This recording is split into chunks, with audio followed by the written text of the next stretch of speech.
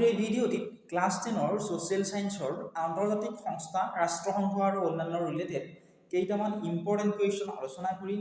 এই কুৱেশ্যনকেইটা সকলো ধৰণৰ কম্পিটিটিভ এক্সামৰ কাৰণে প্ৰিপেয়াৰ কৰি থকা বন্ধু বান্ধৱীসকলৰ লগতে ক্লাছ 10ত পঢ়ি থকা ছাত্ৰ ছাত্ৰীসকলৰ বাবে বহুত বেছি ইম্পৰ্টেণ্ট হয়। গতিকে ভিডিঅ'টো মনোযোগেৰে শেষলৈকে চাই থাকিবা। ফাৰ্ষ্ট কুৱেশ্যনটি আছিল যে ৰাষ্ট্ৰসংঘ কেতিয়া গঠন হৈছিল? অপশ্যন এ আছিলে 1949 চনৰ 26 নৱেম্বৰ, অপশ্যন বি আছিলে 1920 চনৰ 26 নৱেম্বৰ, অপশ্যন চি আছিলে 1945 চনৰ 26 নৱেম্বৰ আৰু অপশ্যন নম্বৰ ডি আছিলে 1945 চনৰ 24 অক্টোবৰ। এই কুৱেশ্যনটিৰ কাৰেক্ট যিটো আনসাৰ সেয়া হ'ব অপশ্যন নম্বৰ ডি থকাটো 1945 চনৰ 24 অক্টোবৰ তাৰিখে ৰাষ্ট্ৰসংঘ গঠন হৈছিল। প্ৰশ্ন নম্বৰ 2, ৰাষ্ট্ৰসংঘ দিৱস কেতিয়া পালন কৰা হয়? অপশ্যন চোৱা এ আছিলে 22 অক্টোবৰত, অপশ্যন বি 23 অক্টোবৰ, অপশ্যন সি 24 October, option number D 22 October. ঠিক আছে, গতিকে কাৰেক্ট যিটো আনসাৰ সেয়া হ'ব অপশ্যনসমূহৰ ভিতৰত অপশ্যন নম্বৰ সি। ৰাষ্ট্ৰসংঘ দিৱস পালন কৰা হয় প্ৰতি বছৰে অক্টোবৰ মাহৰ 24 তাৰিখে। প্ৰশ্ন নম্বৰ 3 চোৱা এতিয়া। প্ৰশ্নটি আছিল ৰাষ্ট্ৰসংঘৰ চনত বলবৎ কেতিয়া কৰা হৈছিল? অপশ্যন এ আছিলে 1949 চনৰ 26 নৱেম্বৰত, অপশ্যন বি আছিলে 1920 চনৰ 26 নৱেম্বৰত, অপশ্যন চি আছিলে 1945 চনৰ 26 নৱেম্বৰত, অপশ্যন নম্বৰ ডি আছিলে 1950 চনৰ 26 নৱেম্বৰত। ৰাষ্ট্ৰসংঘৰ চনত বলবৎ কৰা হৈছিলে 1945 চনৰ 26 নৱেম্বৰত। গতিকে অপশ্যন চি কাৰেক্ট আনসাৰ হ'ব। প্ৰশ্ন নম্বৰ 4টো চোৱা। প্ৰশ্নটি আছিল যে ৰাষ্ট্ৰসংঘৰ মুখ্য কাৰ্যালয় ক'ত অৱস্থিত? অপশ্যন এ আছিলে জেনেভা চহৰত, অপশ্যন বি আছিলে নিউয়ৰ্ক চহৰত, অপশ্যন চি আছিলে পেৰিছ চহৰত আৰু অপশ্যন নম্বৰ ডি আছিলে লণ্ডন চহৰত। ৰাষ্ট্ৰসংঘৰ যিটো মুখ্য কাৰ্যালয় আছে সেই মুখ্য কাৰ্যালয়টো অৱস্থিত নিউয়ৰ্ক চহৰত। গতিকে অপশ্যন নম্বৰ বি হ'ব প্ৰশ্ন নম্বৰ 4ৰ শুদ্ধ উত্তৰ। নেক্সট তোমালোকে চোৱা প্ৰশ্ন নম্বৰ 5। বহুত বেছি ইম্পৰ্টেণ্ট প্ৰশ্ন হয় এইটো, প্ৰায় পৰীক্ষাত আহি থাকে যে প্ৰথম বিশ্বযুদ্ধ কেতিয়া সংঘটিত হৈছিল? অপশ্যন এ আছিলে 1914 চনত, অপশ্যন বি আছিলে 1941 চনত, অপশ্যন চি আছিলে 1918 চনত, অপশ্যন নম্বৰ ডি আছিলে 1981 চনত। প্ৰথম বিশ্বযুদ্ধ সংঘটিত হৈছিল 1914 চনত।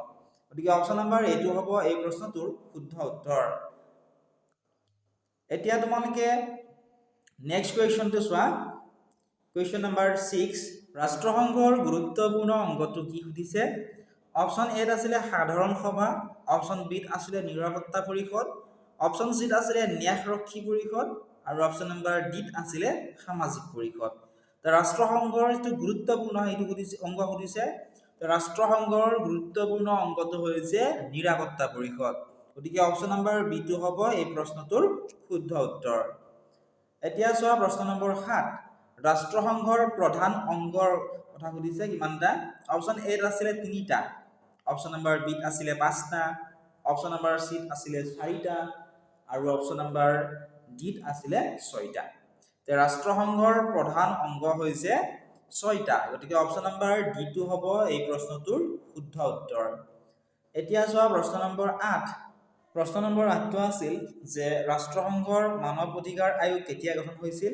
অপশ্যন আছিলে এ 1942 চনৰ 6 ফেব্ৰুৱাৰী, অপশ্যন বি আছিলে 1946 চনৰ 16 ফেব্ৰুৱাৰী, অপশ্যন চি আছিলে 1944 চনৰ 26 ফেব্ৰুৱাৰী, অপশ্যন নম্বৰ ডি আছিলে 1948 চনৰ 6 ফেব্ৰুৱাৰী।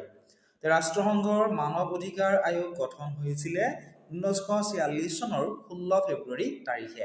গতিকে অপশ্যন নম্বৰ বি হ'ব এই প্ৰশ্নটোৰ শুদ্ধ উত্তৰ। নেক্সট প্ৰশ্নটো 9 নম্বৰ চোৱা। 1952 চনত ৰাষ্ট্ৰসংঘই গঠন কৰা আয়োগখনৰ নাম কি আছিল?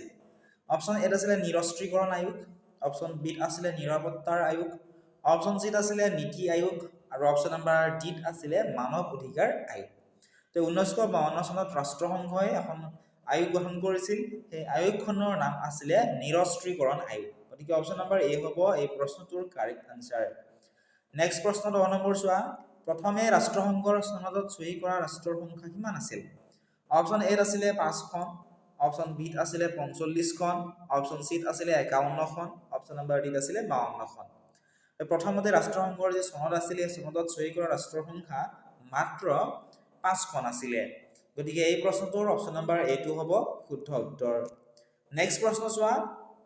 11 নম্বৰ ভ্যাট প্ৰয়োগৰ ক্ষমতা কাৰ আছে সুধিছে অপশ্যন এত আছিলে আন্তঃৰাষ্ট্ৰীয় ন্যায়ালয়ৰ অপশ্যন বিত আছিলে সাধাৰণ সভাৰ অপশ্যন চিত আছিলে নিৰাপত্তা পৰিষদৰ আৰু অপশ্যন নম্বৰ ডিত আছিলে ন্যায়ৰক্ষী পৰিষদৰ গতিকে আমাক কি সুধিছে যে ভ্যাট প্ৰয়োগৰ ক্ষমতা কাৰ আছে সুধিছে ভ্যাট প্ৰয়োগৰ ক্ষমতা আছে নিৰাপত্তা পৰিষদৰ অপশ্যন নম্বৰ সি হ'ব এই প্ৰশ্নটোৰ শুদ্ধ উত্তৰ প্ৰশ্ন নম্বৰ 12 আছিল বৰ্তমান ৰাষ্ট্ৰসংঘৰ সচিব প্ৰধান কোন আছিলে অপশ্যন এত আছিলে ব্ৰডছ ঘালি অপশ্যন বিত আছিলে বান কি মুন অপশ্যন চিত আছিলে ট্ৰিগভেলি অপশ্যন নম্বৰ ডিত আছিলে এন্টনিও গুটেৰেছ গতিকে এই প্ৰশ্নটোৰ উত্তৰ মই তোমালোক কৈ নিদিও তোমালোকে আমাক কমেন্ট সেকশনত জনাবা আৰু যদি নোৱাৰা কমেন্ট সেকশন চেক কৰিবা তাত তোমালোকে ইয়াৰ আনসাৰটো পাবা লগতে সম্পূৰ্ণ ভিডিওটো পাবলৈ এতিয়া তোমালোকে আমাৰ এপটো ডাউনলোড কৰা ডেসক্ৰিপচন আৰু কমেন্ট সেকশনত এপটোৰ লিংক দি থোৱা আছে লগতে আমাৰ WhatsApp নম্বৰ দিয়া আছে WhatsAppত মেছেজ কৰি আমাক সুধিব পাৰিবা